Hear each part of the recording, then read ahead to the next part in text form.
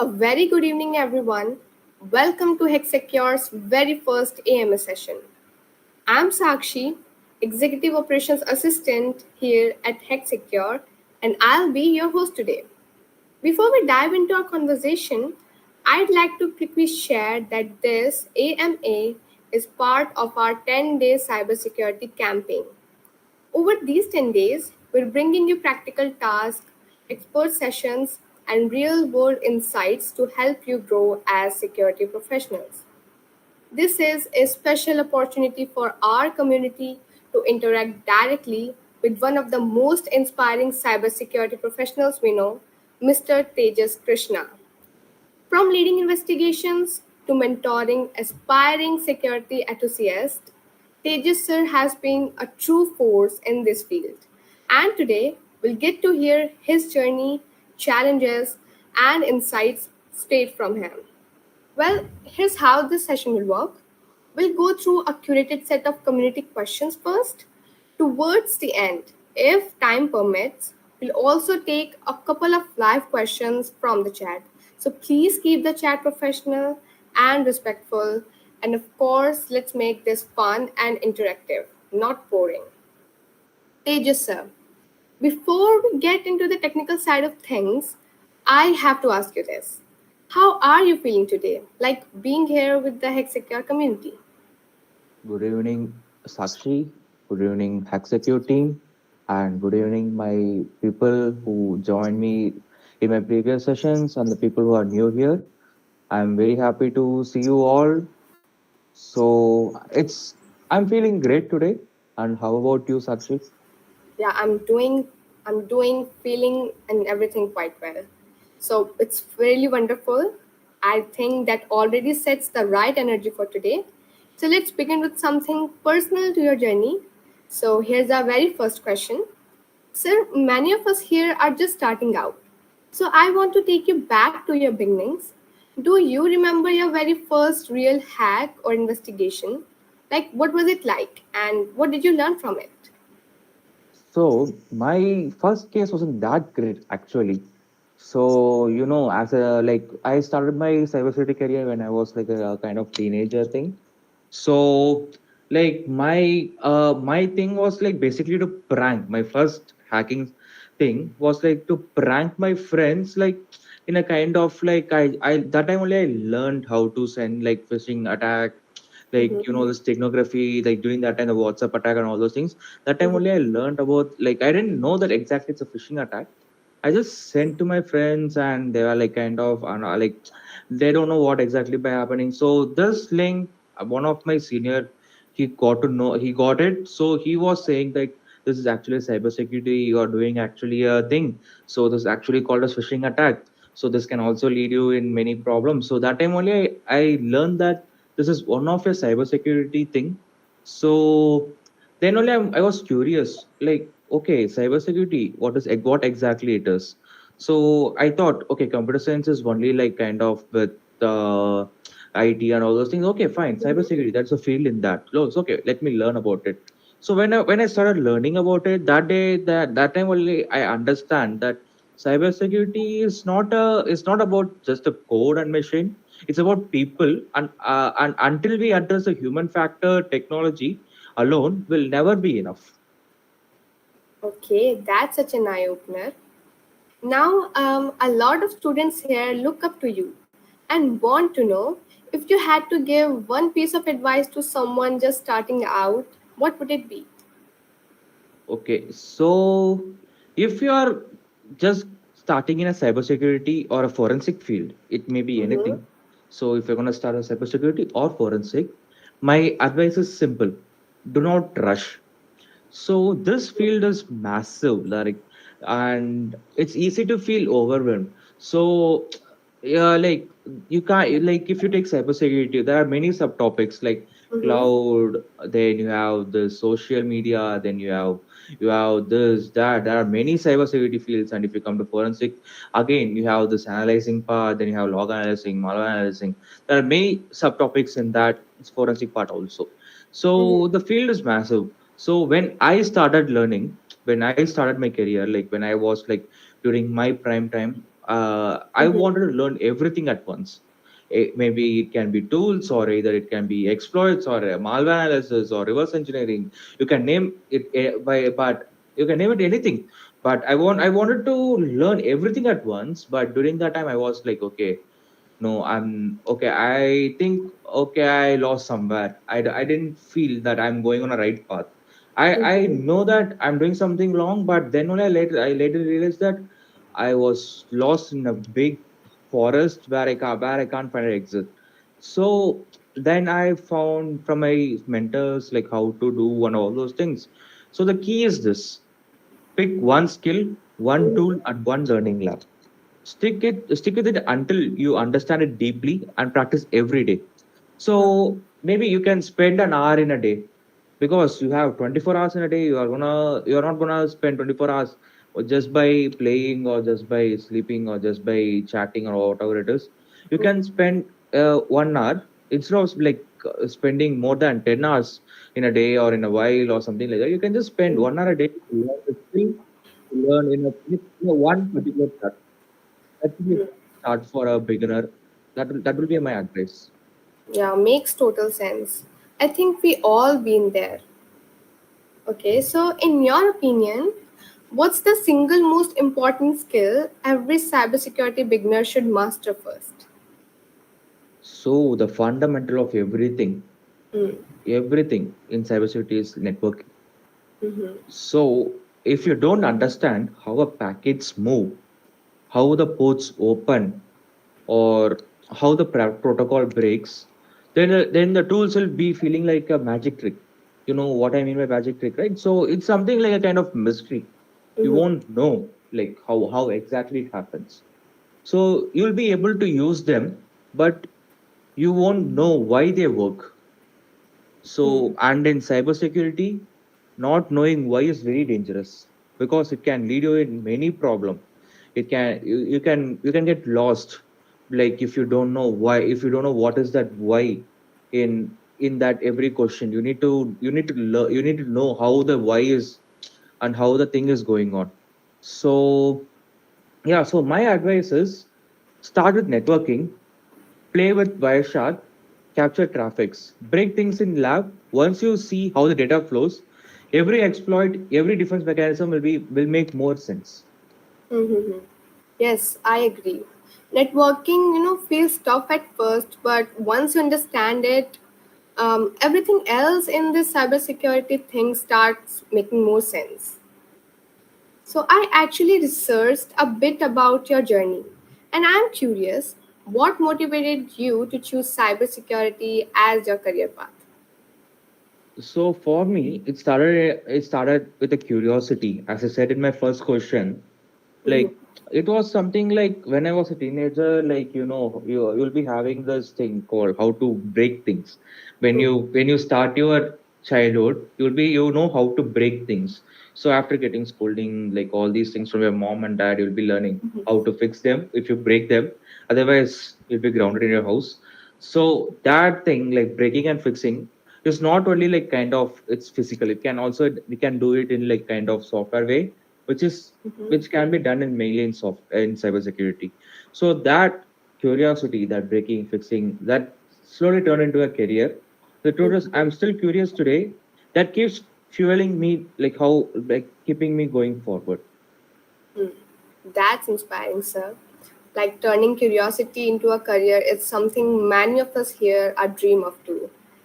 So, when you started, did your family and friends understand what cybersecurity meant, or did you have to explain it a lot? Not at all.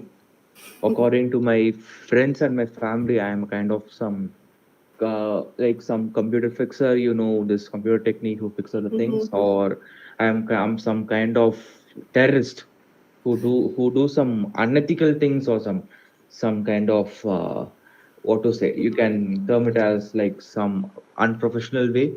Mm-hmm. So even when something, if they say, see that guy got caught, see that person got caught, see what you have to do this thing, you have to do that thing. So a lot of these things comes when, especially when it comes to explaining into our Indian society. So it took me like years to make them understand what I actually do. Like even today, I have to explain them that like I'm. It's about protecting data, business, or sometimes even life. All these things comes under this thing because nowadays a lot of things happens in the network, in the net, and in the social media. So these things.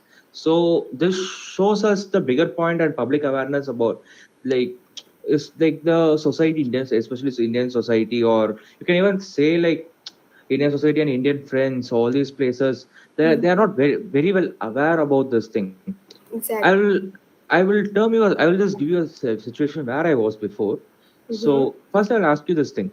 So you are a random person. I'm meeting you in a college, Mm-hmm. and if I ask you, hi Sakshi. So if you are just we are in a conversation. You're asking me what I'm doing.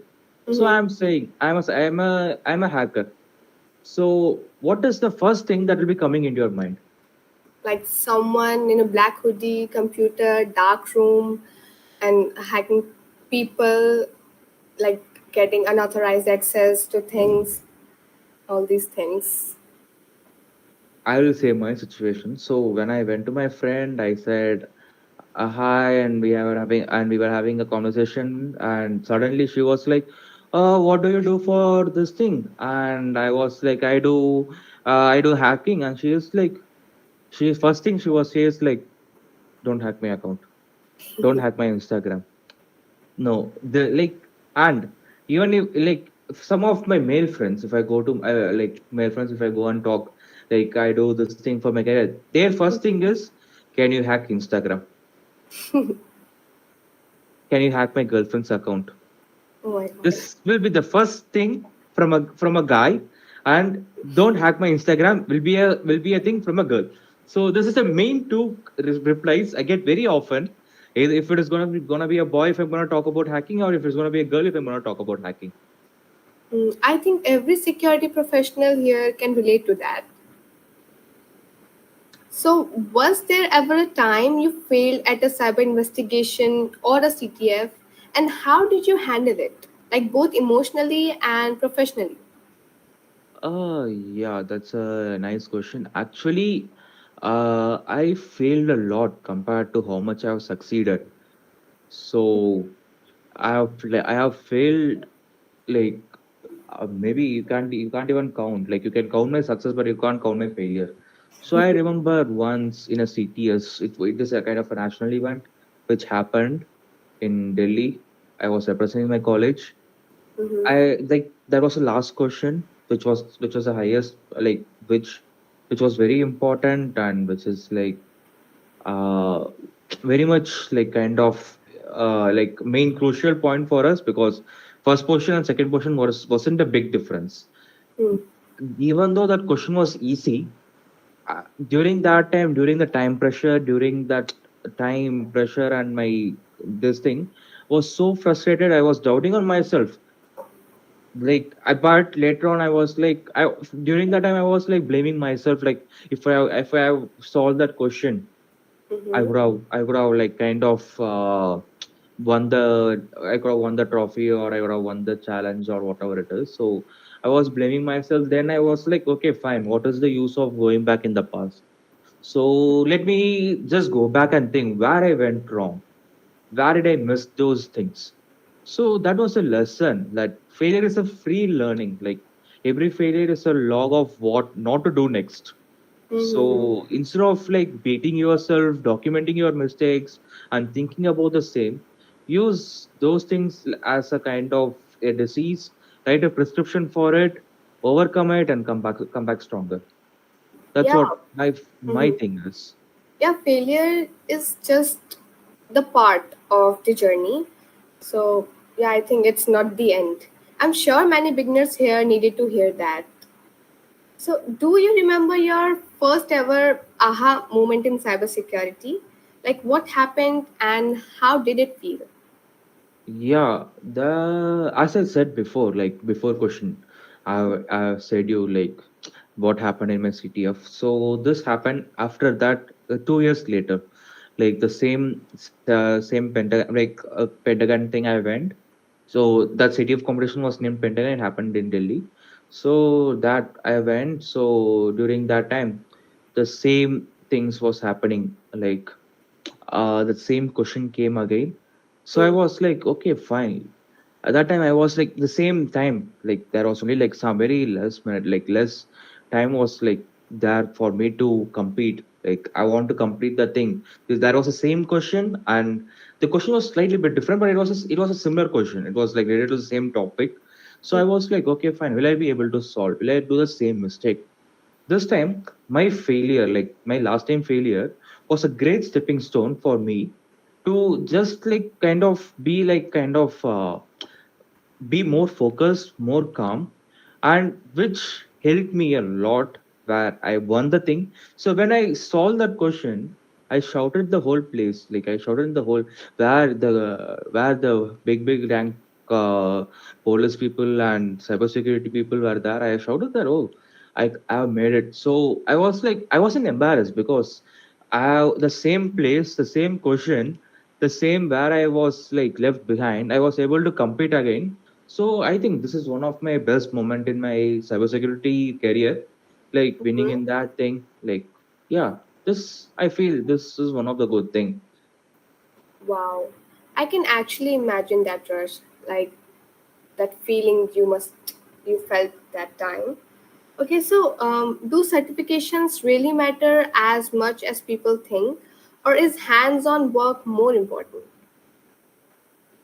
People ask me all this time, like, what certificate should I do?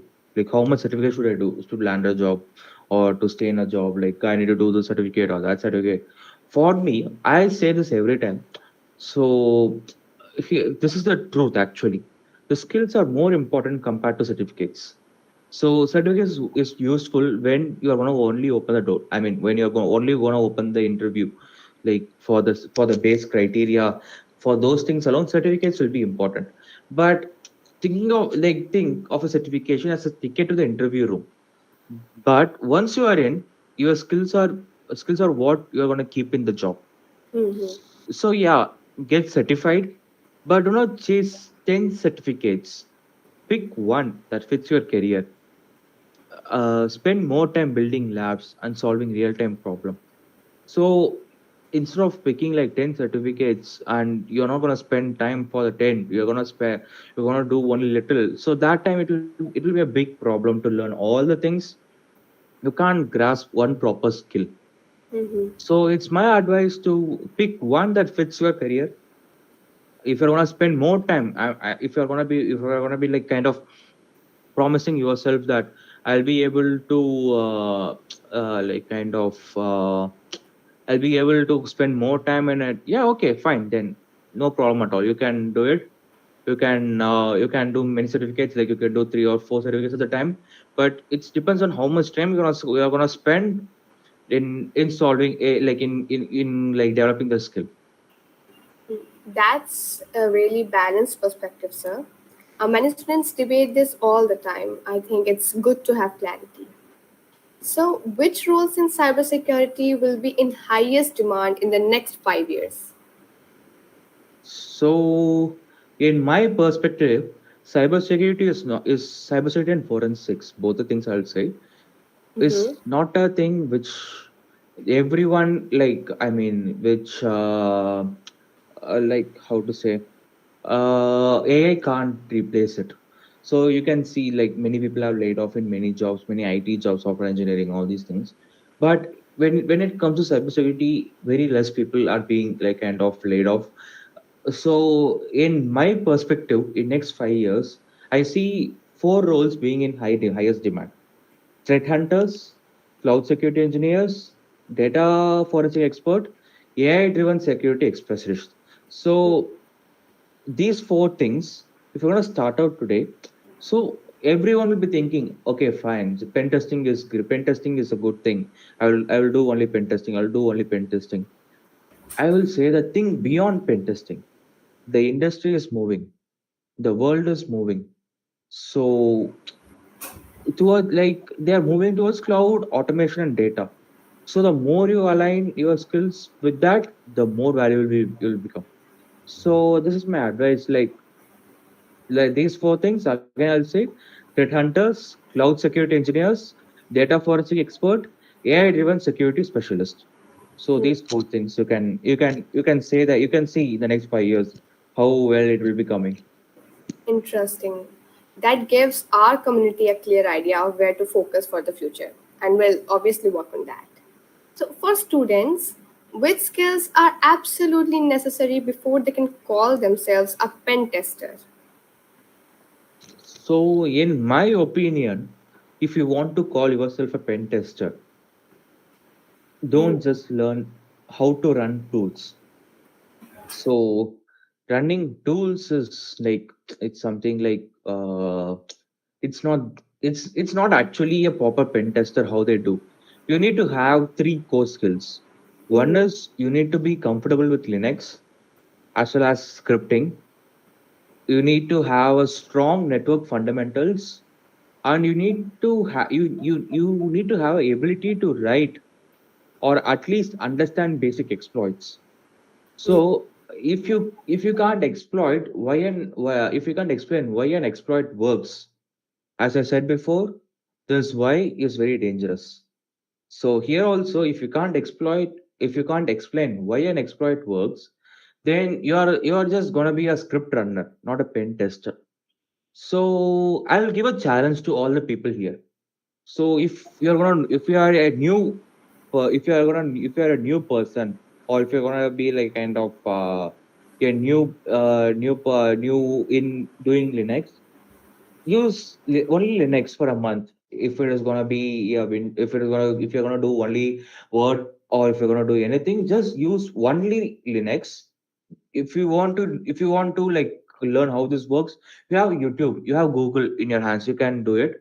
For an advanced, because for most of the cybersecurity people, they know how to use Linux and all those things. Try to customize your Linux, like based on your personality, like how you are going to use. Based on it, you can customize your own Linux for your future things. This is True. my thing for like if you want to be a good pen tester, these things will be very important, like comfortable with Linux and scripting, strong fundamental network fundamentals. Then you need to able to write or explain. You need to understand how an exploit works. True, true. Without basics, tools are just buttons to click. So, do bug bounties really help someone build a cybersecurity career, or are they just a side hustle? Yes, they do, but bug bounty proves your skills in the real world. They show that you find vulnerabilities in a system that millions of people use daily. But let me clarify one thing: bug bounty should be a part of a part of your career, but not the whole career itself. It should be a kind of a side time, like part-time business or something like that, but it Mm-hmm. should not be a whole career.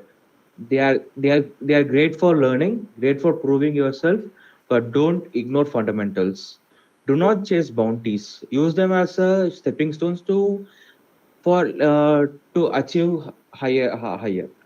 Bug bounties, I won't say it is like a great thing for someone like kind of this thing, because like some people will be able to find the bugs for a month, and the next month they won't be able to find the bug.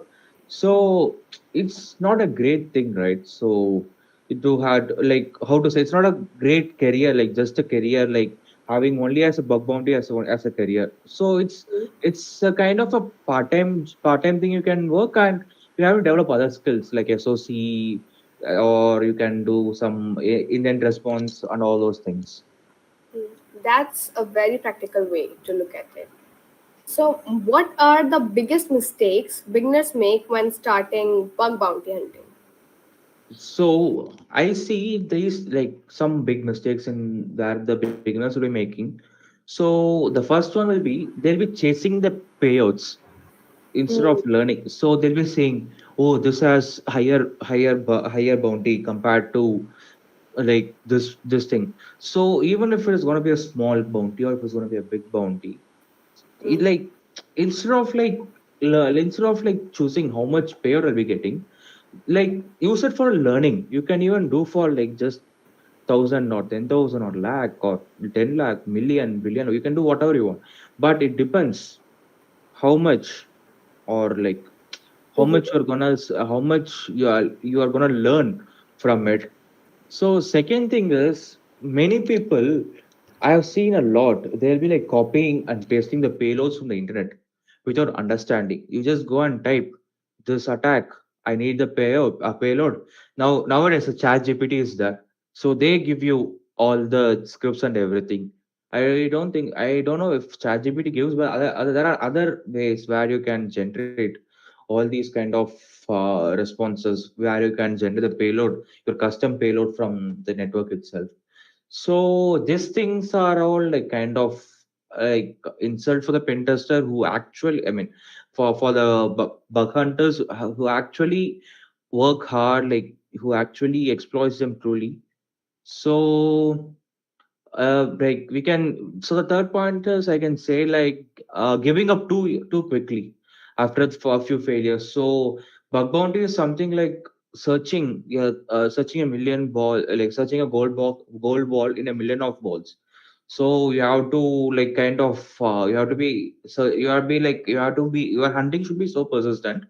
So it takes weeks, it takes months, it takes even years before you find your first valid bug. If sometimes if you even find your first valid bug, if you report, there can be a duplicate also, because someone might have reported before you. Mm-hmm. So the key is to treat it as a practice, not a lottery ticket. If you are only in it for quick money, you'll burn out fast. So my advice is, bug bounty, take it slow, take it like don't take it like, don't give up so easily. Like understand how it works, understand how the things goes. So this will be a great thing for you if you overcome the things which I mentioned before. Yes, yes. I think many here are guilty of that, like jumping straight to payloads instead of first understanding what's happening. So, can someone really build an entire career just doing bug bounties? Or at some point, is it necessary to move into pen testing or forensics? It's possible, but it's also rare. A handful of people have built careers purely from bounties, but most professionals eventually move into pen testing, associate analyst, or forensic. Why? Because bug bounty are inconsistent. You might earn, as I said before, you might earn this month, but nothing the next. If you want your stability and growth, you need to expand into structured roles. Think of bug bounties as a great foundation, but not a lifelong career path for most people. Got it, sir. I think that clears up a big misconception. What role do mentorship and community play in your success? So yeah, it's a huge role actually. Mentorship, my mentors gave me a direction when I was lost, and community gave me opportunities when I was ready. In cybersecurity, no one grows alone. Every professional you admire today have helped in by someone else along the way. So that's why I believe in going back mentoring students, sharing knowledge.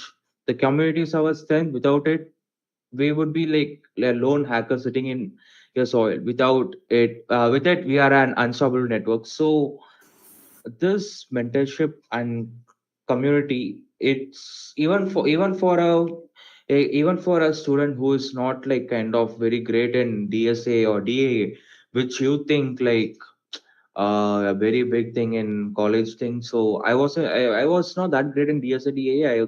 I can open it myself, but my mentors guided me in the path, because many said if you learn DSA you can go into big jobs and all these things. When during my prime time of my cybersecurity, when I was lost, like when I don't know what to do, so these mentorships helped me how where like help me to the place where I am right now, and the community, the people who I've met, who I'll meet in the future, will always be a team. Cybersecurity is something like that where you can build a huge network along with it. Hmm, absolutely. I think Hex Secure itself is proof of how much community accelerates growth. Do you believe cyber warfare could one day be more dangerous than traditional warfare? Yes. In fact, this already is. It is already happening right now. So Hmm? look at the Stuxnet. It was able to physically damage a nuclear centrifuge without a single bullet fired. Look at attacks on Ukraine power grid, hospitals, airport, financial systems, all vulnerable to digital weapons. Let me ask you, Sakshi, let me ask you one thing. What scares you the most? So, if you think a missile is flying in your head, like over a country, or Hmm. a malware spreading throughout your country, so which exactly do you think, which is like more scarier? I think both of them, but missile, like it would really kill us. Think about an India perspective. Like this Sindoor happened, right? Sindoor Operation Mm-hmm. Sindoor. So during that time, how much missile have hit? I mean, like how much missile have been fired and how much have hit the India. So think about that count and just think if the Pakistan was that thing, like I don't want to bring in like a country's politics, but just think if a Pakistan have spread some malware into our country. So during that time, we could have stopped the missiles, but not the Mm-hmm. malware because malware is a silent killer. You Mm-hmm. can't get it. You can't know until when that attacks you properly. Mm-hmm. So what scares me the most is you don't need an army. You Okay. just need a laptop at the on the right access. With that, see, with my computer setup here, I can attack someone in some Mm-hmm. country or some place. I can even attack your computer. So do you think that if I fire a gun from here to you, will it reach? Or if I just attack from here to the other countries, will it attack? Malware. Right? Malware is more dangerous now. Yeah, you can go with Okay. it. Okay, next question we have. Was there one case that completely changed the way you see cybersecurity? Yes, exactly. Actually, there was a case where I was like kind of it was a kind of a insider threat case. So I went for like they called me because there was some many of the things were like kind of stolen, ransomware was happening, and all those things was happening. So I was like, it was a kind of I checked it. Then I realized that this is not a person who was involved from outside because there wasn't any logs of outside contact. Mm-hmm. So I thought this is an insider test case. So I was investigating the people. So I left three people in that. So one was the company's chairman's son, other is a two relative of the chairman. So I Mm-hmm. was like, okay, fine. These are the chairman's people. So why would they do? I left that thing. So during that time, like everyone was like kind of they were like kind of green gate. So then okay, fine. Why not test those relative? Because India's true nature, like through like the societies think the relatives will be like most of the relatives will be like, okay, how can you grow that much? Like I'm not blaming. I'm just saying like these are the cases I have seen. So I thought, okay, fine, let me see. But even the relatives was a green gate. So the last person was only the chairman and the son. The Okay. chair, I thought, okay, chairman is something like that. You are okay. I ruled out him. So okay, why not test his son? So when I was checking his IP and I was checking everything, he was the one who caused Mm-hmm. that too for some baseless reason of his. So during that time I was like I like see I trusted those people. It took me like 1 week to clarify because it was a big company. It took me like around more than a week to see, and after that only I was able to see these people. So that experience shocked me and believe, and because it proved that biggest danger is sometimes not outside the wall, it's inside. Hmm. It taught me that the importance of zero trust.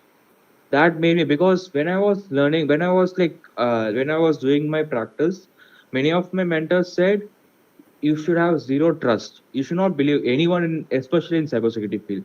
Anyone can be a criminal, or anyone can be even innocent from outside. It may be innocent from inside. He can be a criminal. So he can be a murderer. So this is what they taught me, but I didn't apply that. But then only I realized, okay, fine, this is how it is. So always verify, always monitor without like kind of trust, like having a baseless trust. That's powerful. Like it shows how real world cases impact not just systems but people's lives also. So, in your experience, are cyber criminals usually working alone or do they operate in organized groups? Uh, you can say both. You can say they are lone wolf, or they can be a pack of wolf. They Hmm. can be both. So there are many, kind of many cases where many people are solving. Where I'll give an example in India itself, where in Bengal they busted a company where they have a proper manager, proper HR, proper people to do all these things. So uh, like I can say, like kind of individual hackers will be trying to make a name, but most dangerous one today are like highly organized groups. So they actually run like an actual company. They have teams, managers, HR, payroll system, everything. Some ransom groups are even provide customer service to victims. So these things are there. So yeah, hacking has moved from a hobby activity to a professional organized business model, and they make so much harder to fight. And as I said before, this warfare, all these things, Mm-hmm. so it's going to be like a kind of a terrorist group only. So if it's, like there is no big difference between a terrorist and cyber criminals. So these like organized cyber criminals, so these people will go and kill. These people are going to be a silent killer. Like these people just kill the people, they kill the countries, like companies like reputation, countries wealth, and all these things. Okay, so it's like entire underground industries. Yeah, exactly. Hmm. What's the biggest challenge in investigating crimes in India compared to other countries? I can. This is a very thing, very, very like kind of proper question, because like compared to the technical challenges I have faced in India, I have faced a lot of things, especially in like kind of paperworks.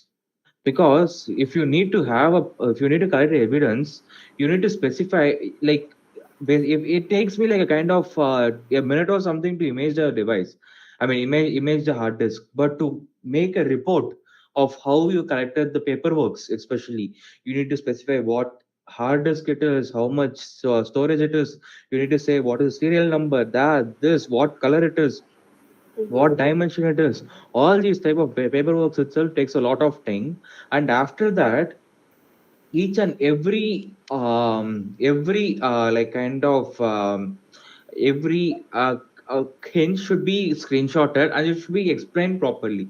So instead of like technical challenges like tracing logs, like hiding evidence, analyzing malware, the legal process, like I mean the paperwork is more, which is like I would, if I want to only investigate, it will take me like kind of maybe, yeah, maybe 2 to 3 days. But along with the paperwork, it takes me a week, more than a week to do.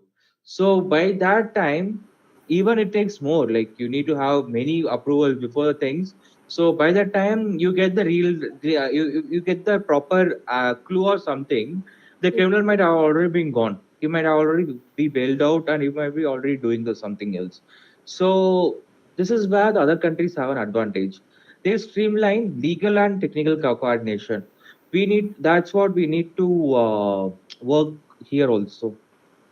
Hmm. Makes sense. I think India needs to work on it. How do you balance ethical responsibility when doing deep investigations or exploit research? Okay, so I follow one rule.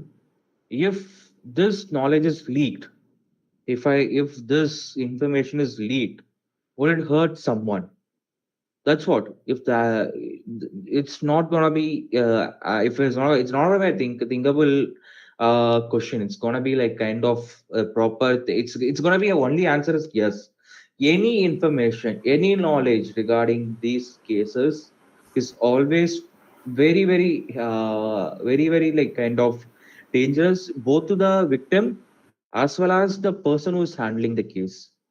So it should be treated as highly confidential thing. Even it should not be shared with your family or your friends. Even it can be your girlfriend. You can't share it because even if a small word goes out that this happened, that happened before exactly the press release, it will be a big downfall for your career. For example, when you okay, I'll give you a a small example. You know the 0 day vulnerability, right? So when you discover 0 day vulnerability and you don't publish it online, you report it properly to the to the people. Mm-hmm. You give the vendors time to fix the issue. But if you're unethical, if you're gonna publish it online, okay, let's do this thing, let everyone, that is gonna like bring down the reputation of a company. First thing. Second thing, that exploit might hurt the one who has reported it online, who just published it online also. So being ethical is not optional. It's a backbone of your credibility. Without ethics, your skills mean nothing. Okay, that's a really mature approach. So, next question we have: what's the most underestimated risk companies or individuals overlook? Okay, so Sakshi, I have a question to you. Okay, why not Sakshi? Let's ask everyone. So how much like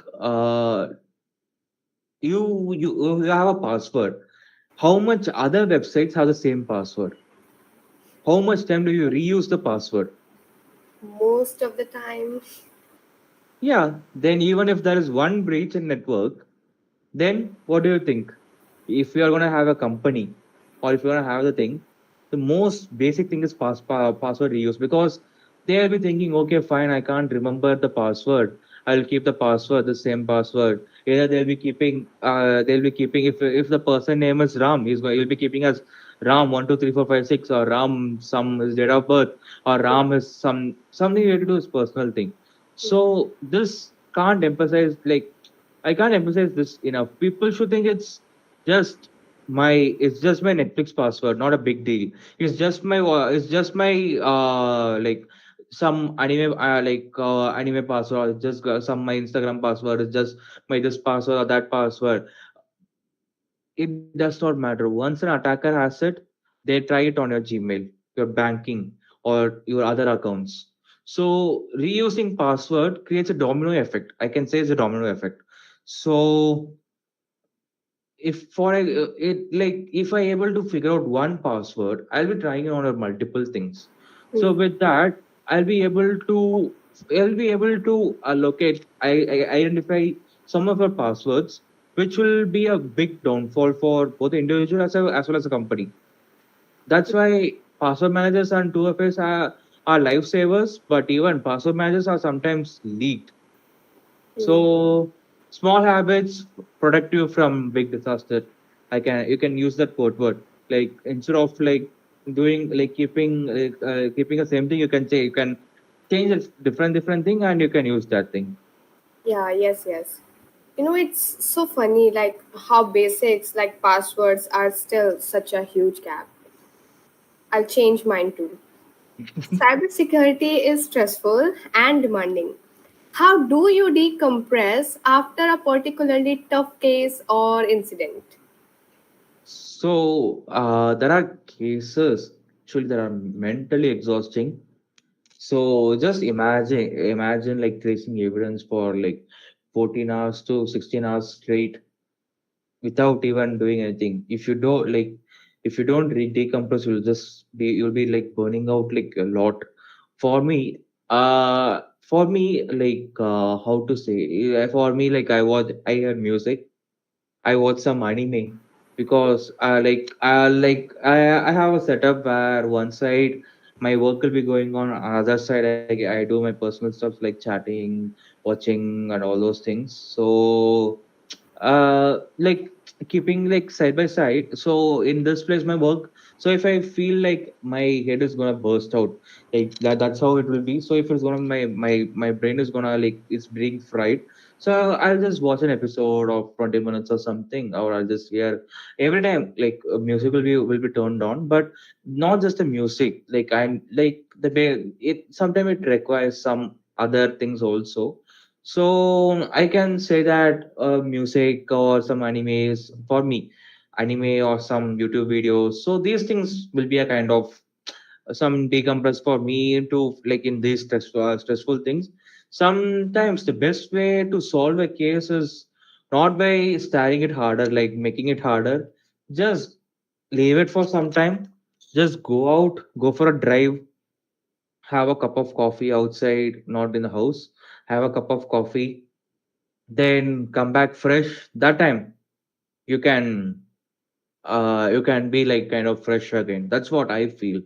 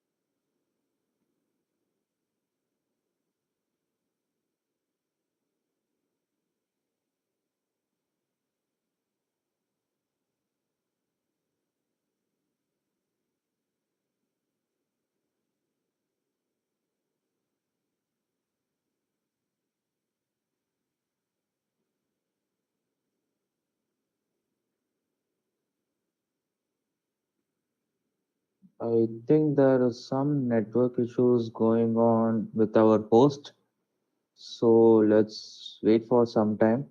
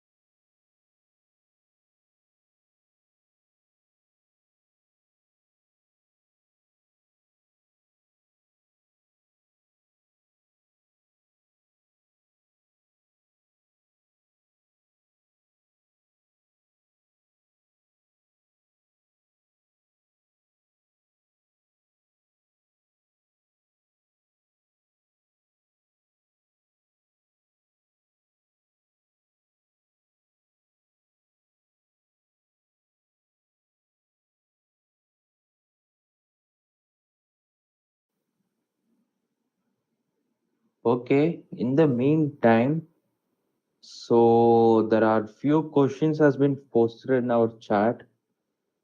So the team has brought it up. So let's see what's the first question.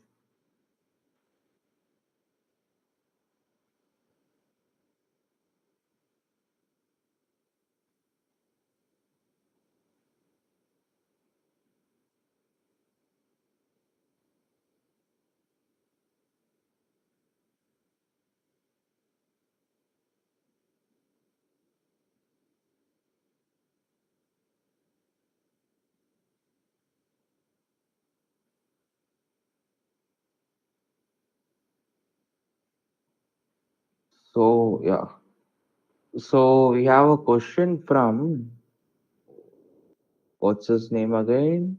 Uh, Yeah, Kemon Ache. So you have asked, what's your opinion on anonymous group? So, so you mean anonymous? So you know this anonymous, the like anonymous is something like a kind of like you can say like this thing like they don't have a formal leadership. They, like anyone can act in their name. It's something like kind of decentralized in the like international groups.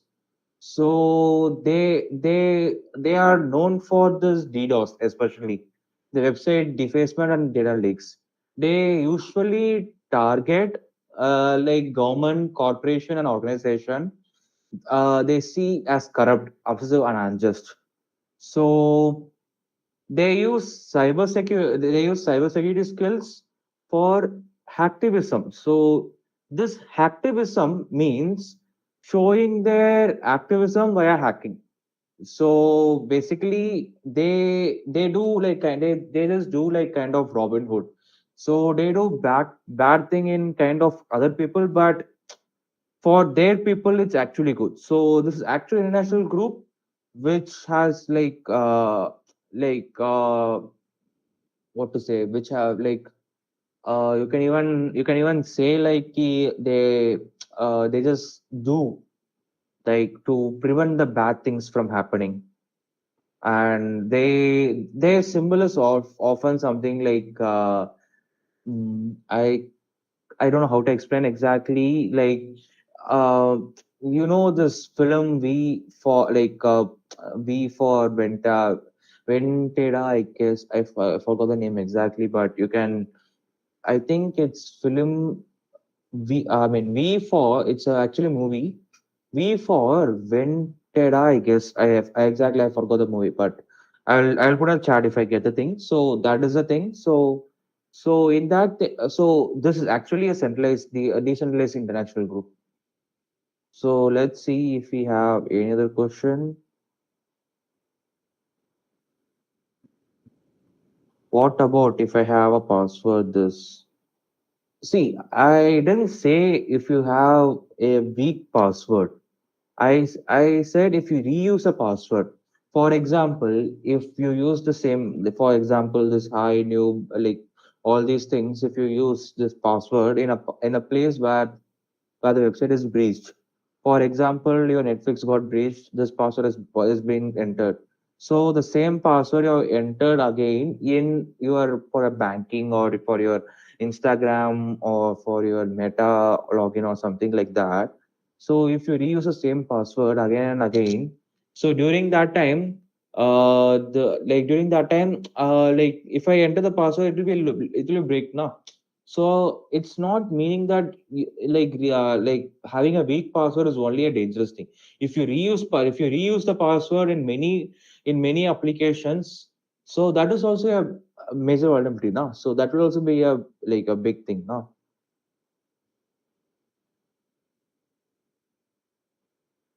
What if we play CTF to fresh our mood? Yeah, we can play CTF to fresh our mood, but just think, if you are able to solve everything, it's fine. But I won't suggest playing CTF during that time, because already when it comes to these things, your mind won't be in a proper state where you can focus to solve something. It's something you can only like kind of relax, because you have to be working like yeah like for a straight 10 to 12 hours. Then suddenly you will be like kind of having like what to do with this, what to do with that. Then suddenly you will be thinking, okay, I'll just play CTF to relax my mind. In again, if you go there, there will be a big hard problem will be coming. So during that time, whatever the things you have tried to like try to relax, again it will be headache. So along with that previous one and this one, both will be adding up, and it will be a major like kind of headache again and again. So it's basically you can uh like like how to say, basically you can hear music, or you can hear some like you can watch some videos to relax yourself compared to use your brain.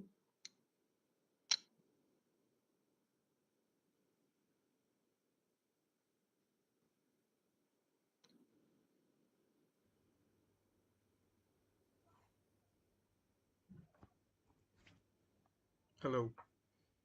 Yeah, Aryan. Yeah, I'm audible to you, sir? Yeah, yeah, you're audible.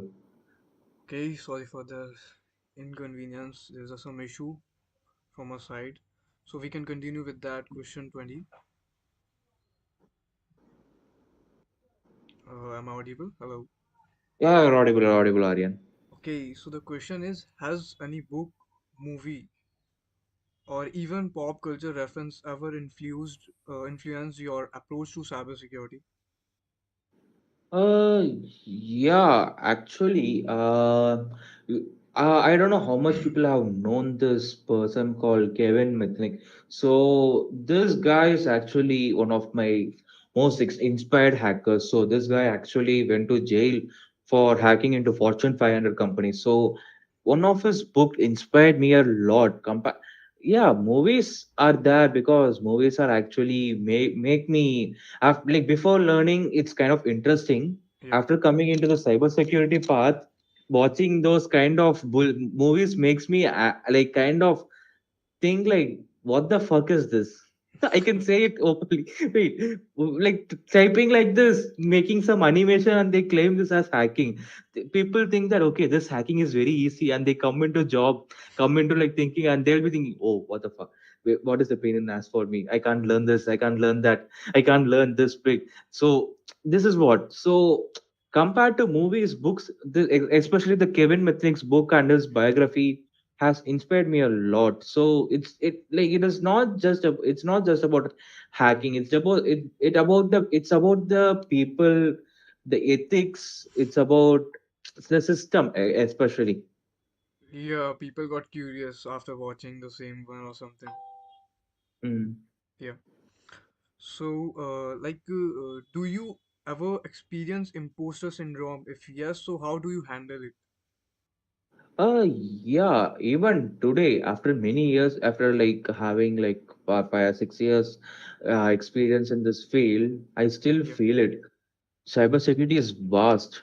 There are areas like malware analysis, cryptography, cloud Yes, yes. security, AI-driven system. No single person can master everything. And sometimes like sometimes when I meet an expert in my area, I don't special like in my area, or in may not be like in other areas which I don't specialize. Also, I feel like, am I good enough? Like, am I going a right path, or am I doing it correct? Or do I need to study more? I think I'm not very good enough. So, but the truth here is everyone feels it. The key is to turn the imposter syndrome into fuel. Is instead of thinking, I I don't know enough. Think I'm learning more every day. So comparison kills growth. So in like this happens not only in cybersecurity field. It happens in every field. You can take Yeah. in whatever field you may be. Focus on your own journey, your own progress.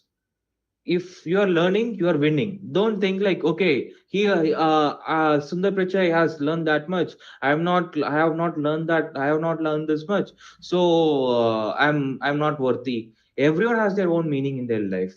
So maybe if that is the case, then wow, then the Ambani will be thinking, okay, Mukesh Ambani will be thinking, I'm not having that much coding experience of Sundar Pichai. How I'm gonna succeed?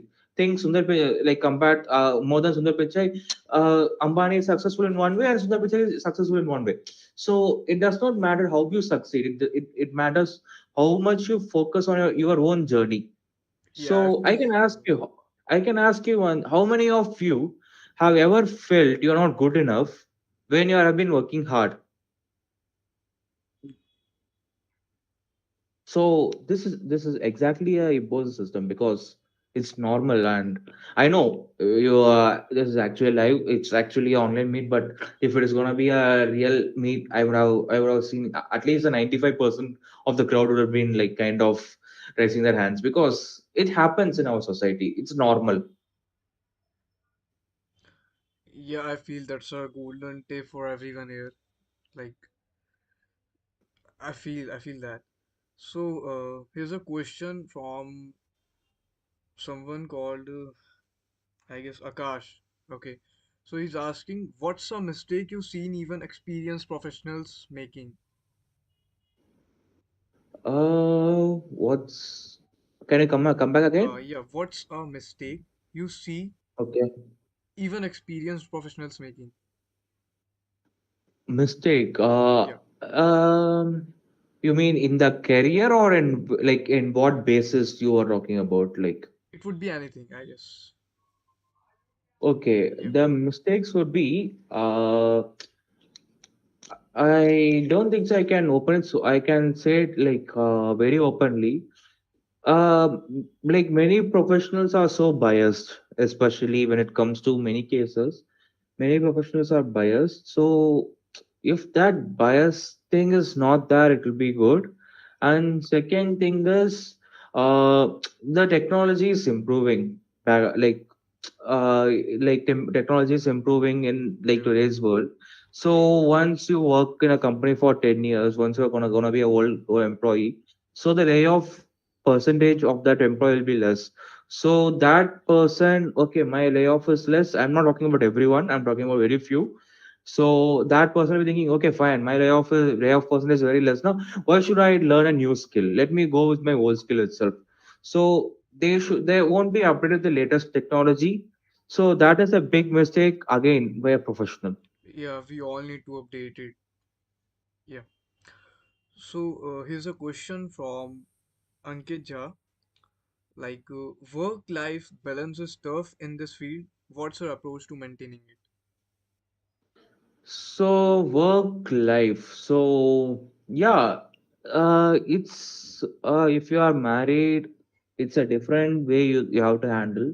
If you are not married, if you are bachelor, it's a different way to balance it. So it depends. Like if some like how to say, mm, like especially cybersecurity is actually a tough. It's actually a tough job, but you it's something like it's a 24/7 job. Yeah. Incident may happen anytime. If you don't set your if you don't set your boundaries, Hmm. then you it will only hit you hard. So for me, I make sure to carve out time for my family, for health, for my hobbies. I treat it seriously as taking as a client meeting, because here's the truth: if you burn out, you will become useless both at your work as well as your loved ones. So balance isn't luxury, it's just a survival. You just need to survive, like based on how much. It's not about like I'm gonna like because in the initial days, if you give 100% of your, like, I'm not saying not to give 100%. If you work for 20 hours and Yeah. suddenly if your work reduces, so that time it will be a problem in a company. And once you get married, and if you show like if you stay with your wife for 15 hours in a stretch, and in the upcoming days you just stay for 2 hours, 4 to 5 hours with her, so Yeah. that will also be a big problem. So it's to balance both the work hours as well as the time you spend with your The family. So lifestyle it and the should be family as well. balanced. Yeah, it should be like a constant one. It can vary a day or a week during the case time. Not it should not vary. Yeah, it should not the vary should not be a drastic change in days. Right. So here's a question. Have you ever worked with law enforcement or government agencies? Probably I know that this one, but I have to ask. So Yeah, what I was have that to tell like? you. Yeah. Yeah, I have worked, and let me tell you, it's insane actually. Okay. Insane. You can think in different ways, but this is not like that. Yeah. So, unlike corporate cases where the goal is just to fix an issue or something like that, it's a completely different here. Yeah. So, the law enforcement case are legal weights. So, every log, every timestamps, every screenshots must be like should be shown in the courts. And the main thing is the pressure here is very high, and the responsibility is very heavier, because the one evidence you are submitting Yeah. will be the justice for a innocent, or will be for a criminal. So it's something like that. Okay. So that one thing will make a huge impact. Okay, so it's basically a experience compared to corporate or investigation something.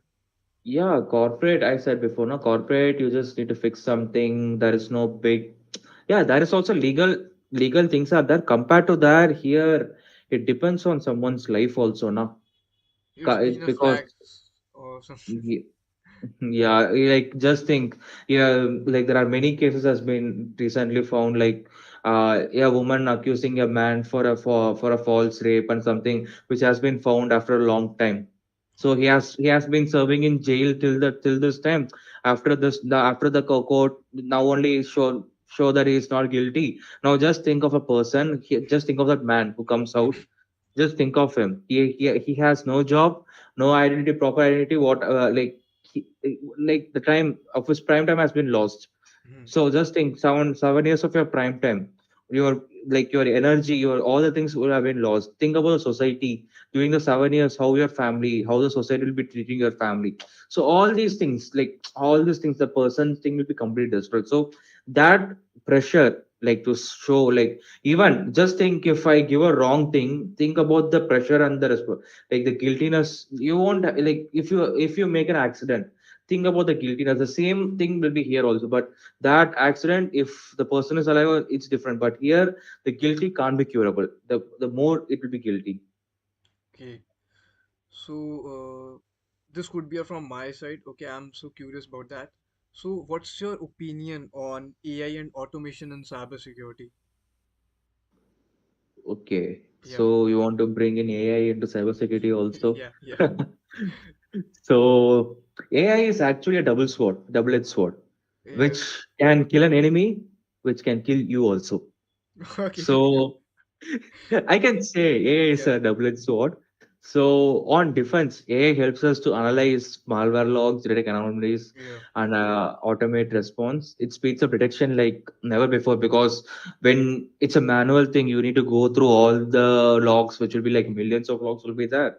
But when it comes to AI, that happens in a fraction of minutes or something.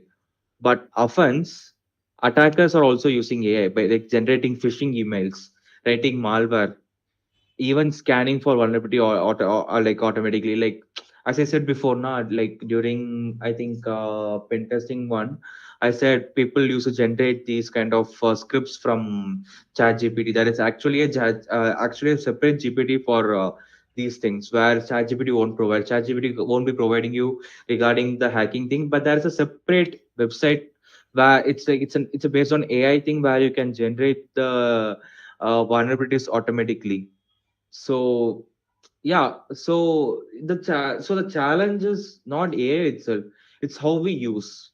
My belief is that as I said before, my belief is that AI won't replace you, but someone using AI might replace you. So and nowadays, many layoffs has been happening because of all these chat GPTs and all those things.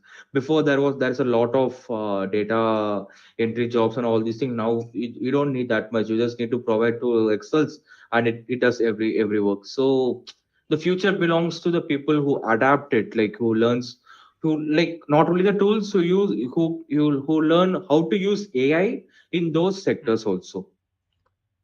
Okay, so it would be dangerous if Yeah, misused. just think, if an AI, like if you are okay, let's take an example. You are there, you have learned everything by hard work. You are writing your own scripts by using your brain and everything. On the other hand, I am there.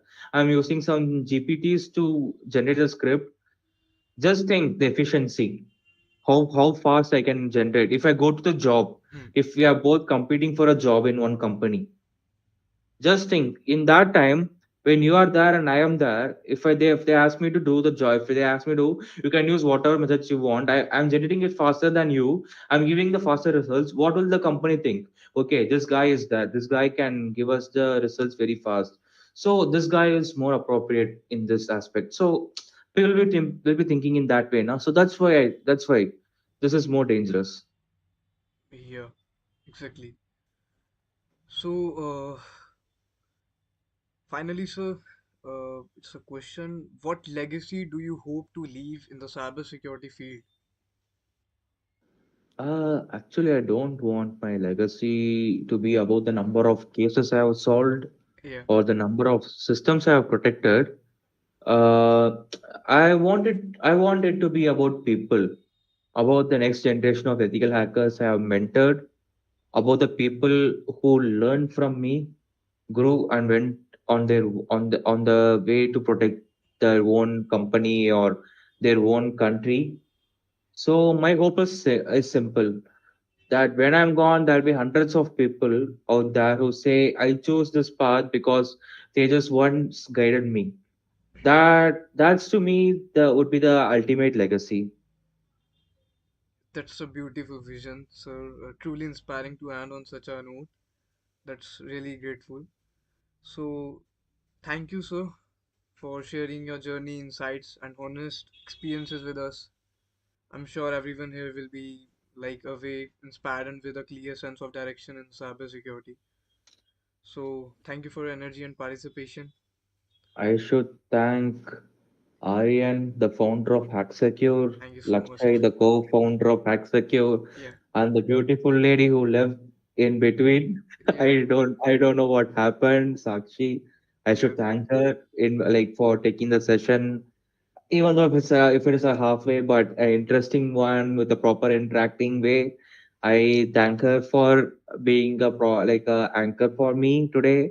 I thank Hacksecute for inviting me again and again, yeah. and thanks a lot for my second anchor, Arian, Thank you so the much. founder itself. It would be grateful for me. Yeah, And the people who have attended the session and asked some wonderful questions. And I heard this questions has been prepared based on the people's responses, and I'm truly great. I'm truly like kind of delighted to see people's the way of their think, way they think, like how this happens, how this will be there, how this. I do not think someone will be asking about the cyber warfare or yeah maybe okay, but the cyber warfare, that this all these things are like kind of like this thing, but the same way, like the way you think, it's all very good, and I'm happy to answer all the questions. I hope I didn't miss anything. Even if I missed, I'm sorry for it. You have a very good friend with you guys named as Google or all these things where you can yeah, find everything. So yeah, you can connect with me. You can connect with me anytime if you have any doubts regarding cybersecurity or forensics, or you can even connect with our hack secure team, so they can even guide you guys. So thanks a lot again for inviting me. yeah. Stay Thanks a lot, active Arya. in the Hacksecure community as well. And on behalf of the Hacksecure team, thank you again. Stay safe and stay secure. Yeah, thank you so much, sir. Happy hacking. Yeah, happy hacking to you. Yeah, bye. Bye bye. Yeah.